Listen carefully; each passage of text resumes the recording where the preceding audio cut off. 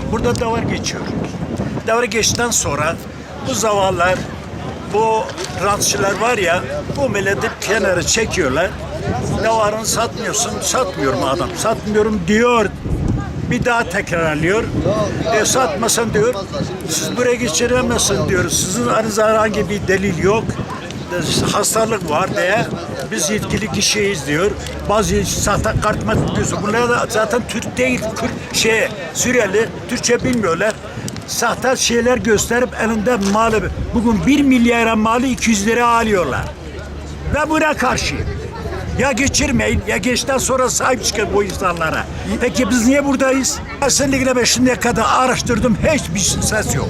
Her bir ses yok. Biliyor musun? Kimse sahip çıkmadı bu insana. Herkes kendi çıkarı için bana ne dedi? Bak şu, Antep'e götürüyorlar, adam başı 150 lira. Hatta 2 kişiye Antep'e giderken, 2 kişiye Antep'e adam başı biliyorsun ne alsın? 100 dolar alıyorlar. 100 dolar kişiye başına Antep'e 100 dolar. Bunu hep araştırdım. Birkaç kişiye söyledim, gidin oraya sahip çıkın, geldim baktım kimse yok. Peki bunlara kim sahip çıkacak? Burada kaçıyor, burada soyunuyor. Bu ne biçim adalet, bu ne için insan, bu ne için devlet, bu ne için ben anlamadım ya, şaştım ben oldum. Nedir ya? Günah değil mi bu insanlara?